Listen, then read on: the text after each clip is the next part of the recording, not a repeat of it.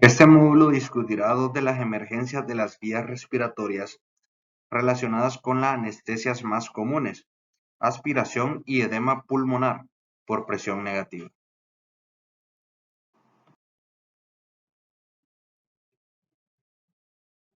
La aspiración pulmonar se define como la inhalación de contenido gástrico hacia la tráquea y o los bronquios.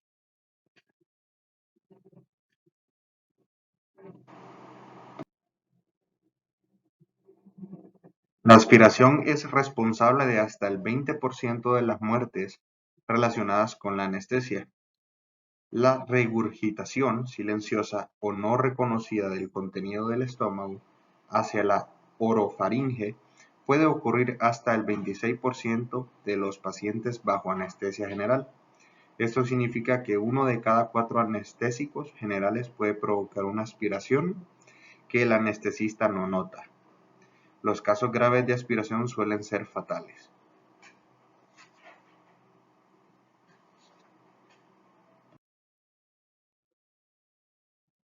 A continuación, analizaremos las situaciones que puedan conducir a la aspiración y las situaciones que colocan al paciente en mayor riesgo de aspiración. Los pacientes con estómagos llenos tienen, por supuesto, un mayor riesgo de aspiración.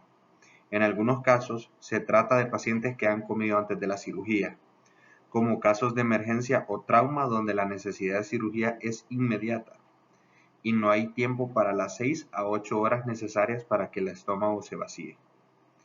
Otros pacientes en riesgo incluyen pacientes que toman opioides, pacientes con obstrucción intestinal y pacientes intoxicados. Los pacientes con diabetes también deben ser considerados estómago lleno, porque su enfermedad provoca un retraso en el vaciado gástrico.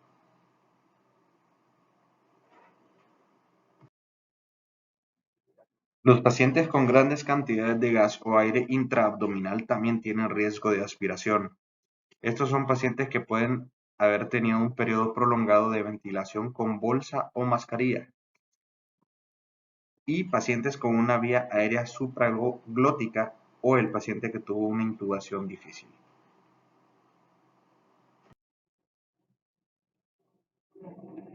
Los pacientes con una unión gastroesofágica incompetente también tienen riesgo de aspiración.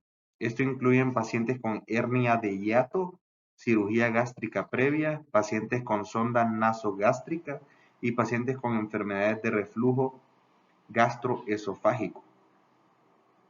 Otras condiciones que crean una unión gastroesofágica incompetente incluyen la obesidad. En pacientes obesos, el peso del epiplón cubierto de tejido adiposo, así como el peso del abdomen, ejercen una tracción hacia abajo sobre la unión gastroesofágica, abriendo funcionalmente el músculo del esfínter, lo que permite el reflujo del contenido gástrico. Los pacientes en paro cardíaco o que fueron reanimados recientemente también tienen riesgo de aspiración.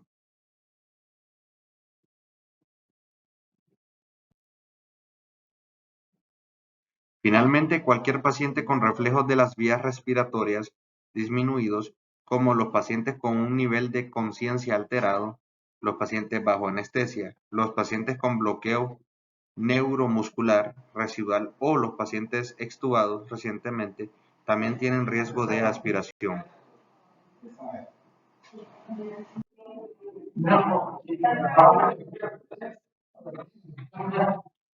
Si bien no siempre se puede evitar la anestesia general, es preferible usar bloqueos nerviosos o técnicas regionales para los pacientes con riesgo de aspiración.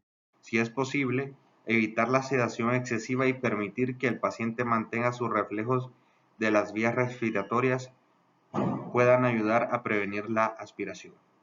Cuando sea posible, el paciente no debe ingerir alimentos sólidos durante 6 horas previas a la anestesia y líquidos claros durante las 2 horas previas a la anestesia.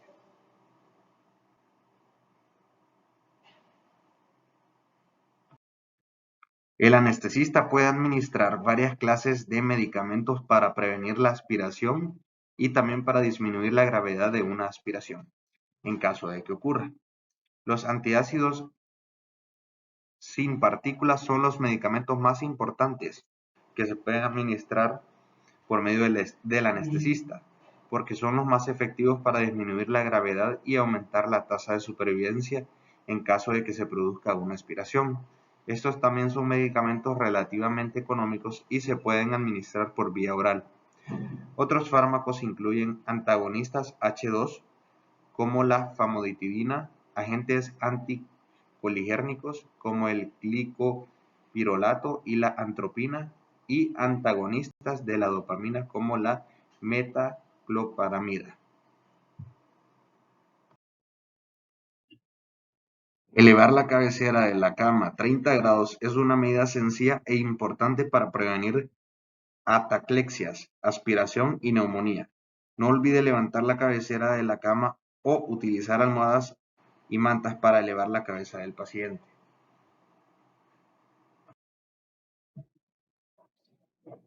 Si no se puede evitar la anestesia general, es importante una evaluación cuidadosa de las vías respiratorias. Si el paciente tiene una sonda nasogástrica, conéctela para succionarla o aspirarla.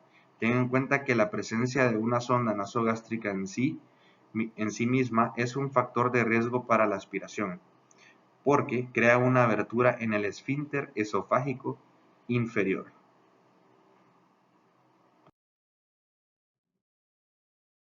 Para evitar la aspiración durante la inducción de la anestesia general, un ayudante debe aplicar presión cricoidea.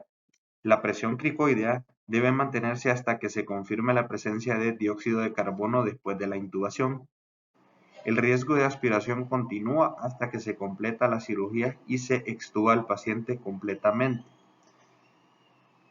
despierto, y se recuperan por completo los reflejos de las vías respiratorias.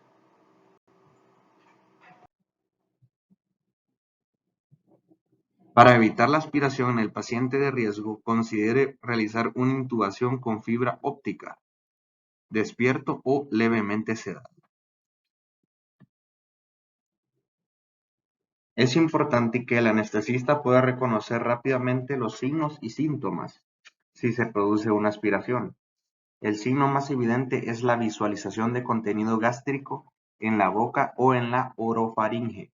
Otros signos incluyen hipoxemia severa, aumento de la presión en las vías respiratorias, broncoespasmo que dificulta o imposibilita la ventilación, gran cantidad de secreciones laringeas, tos, laringoespasmo, congestión pulmonar o disnea o apnea.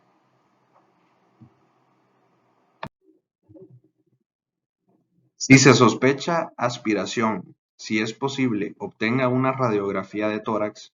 Sin embargo, es importante saber que en casos de aspiración, el 15 al 20% de las radiografías de tórax son normales. Una radiografía normal no significa que no haya ocurrido una aspiración. Es importante repetir la radiografía en 24 horas. En ese momento pueden aparecer filtraciones y atalexias.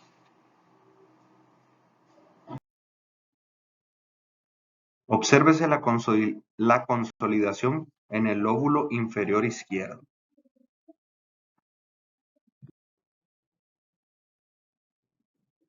El tratamiento de la aspiración incluye primero levantar la cabecera de la cama, luego succiona en la orofaringe y la tráquea, si hay un tubo endotraqueal.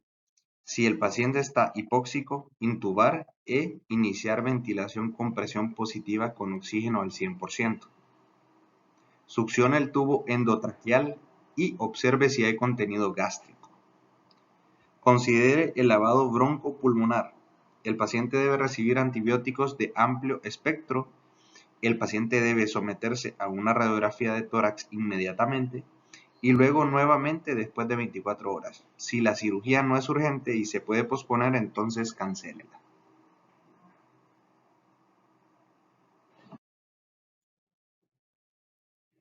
El tratamiento adicional implica atención de apoyo con líquidos intravenosos, ya sea Ringer con lactato o solución salina.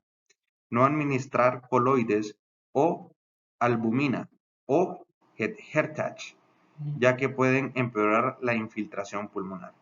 Continúe realizando succión endotraqueal intermitentemente, sin embargo no instile grandes volúmenes de solución salina en la tráquea.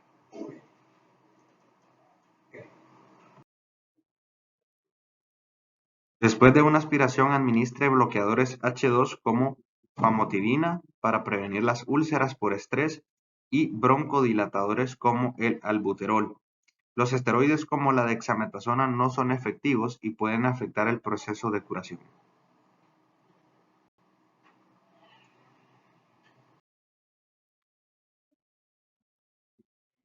Ahora discutiremos el edema pulmonar por presión negativa.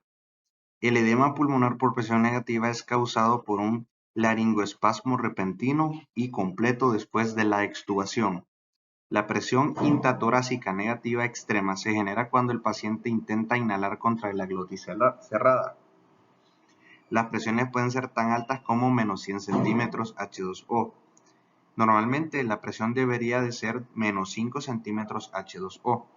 Otras causas del edema pulmonar por presión negativa son una obstrucción en el tubo endotraqueal, como un tapón mucoso, o una infección de las vías respiratorias superiores, que es más común en los niños.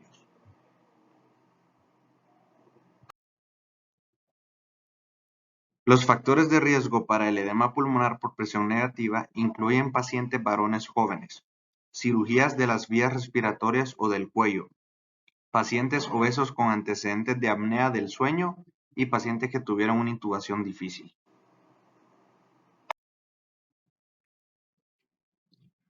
El edema pulmonar por presión negativa ocurre muy rápidamente, incluso en el momento en el que el paciente intenta inspirar contra la glotis cerrada. La presión negativa crea un aumento masivo en la precarga y la poscarga, y el líquido intersticial regresa rápidamente a los pulmones. Esto conduce a la hipoxia que provoca vasoconstricción pulmonar. Posteriormente, esto provoca la obstrucción del flujo de salida del ventrículo derecho y empeora el edema. Este es el mecanismo de lesión que conduce entonces a un círculo vicioso que continúa empeorando el edema.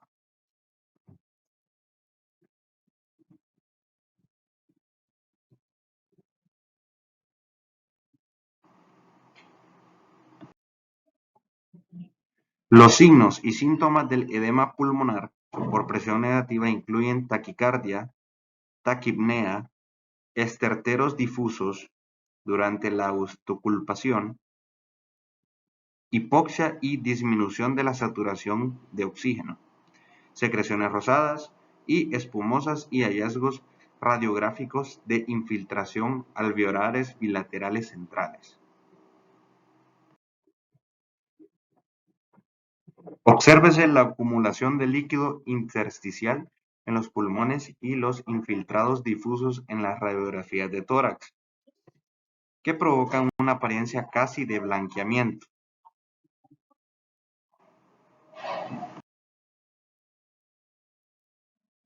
Esta radiografía de tórax muestra la ubicación central de los infiltrados pulmonares.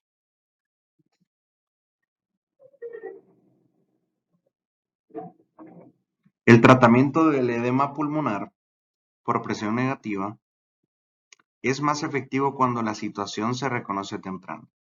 Es necesario restablecer una vía segura con intubación, ya que el paciente requerirá ventilación mecánica a presión positiva con el O2 al 100%. También es necesaria la diuresis con furosemida de 20 gramos. Es posible que esto deba repetirse varias veces. Se debe colocar un catéter urinario debido a la diuresis anticipada. Se puede administrar morfina para disimular la precarga del ventrículo derecho y se puede administrar midazolam para la sedación, de modo que el paciente pueda tolerar la ventilación mecánica.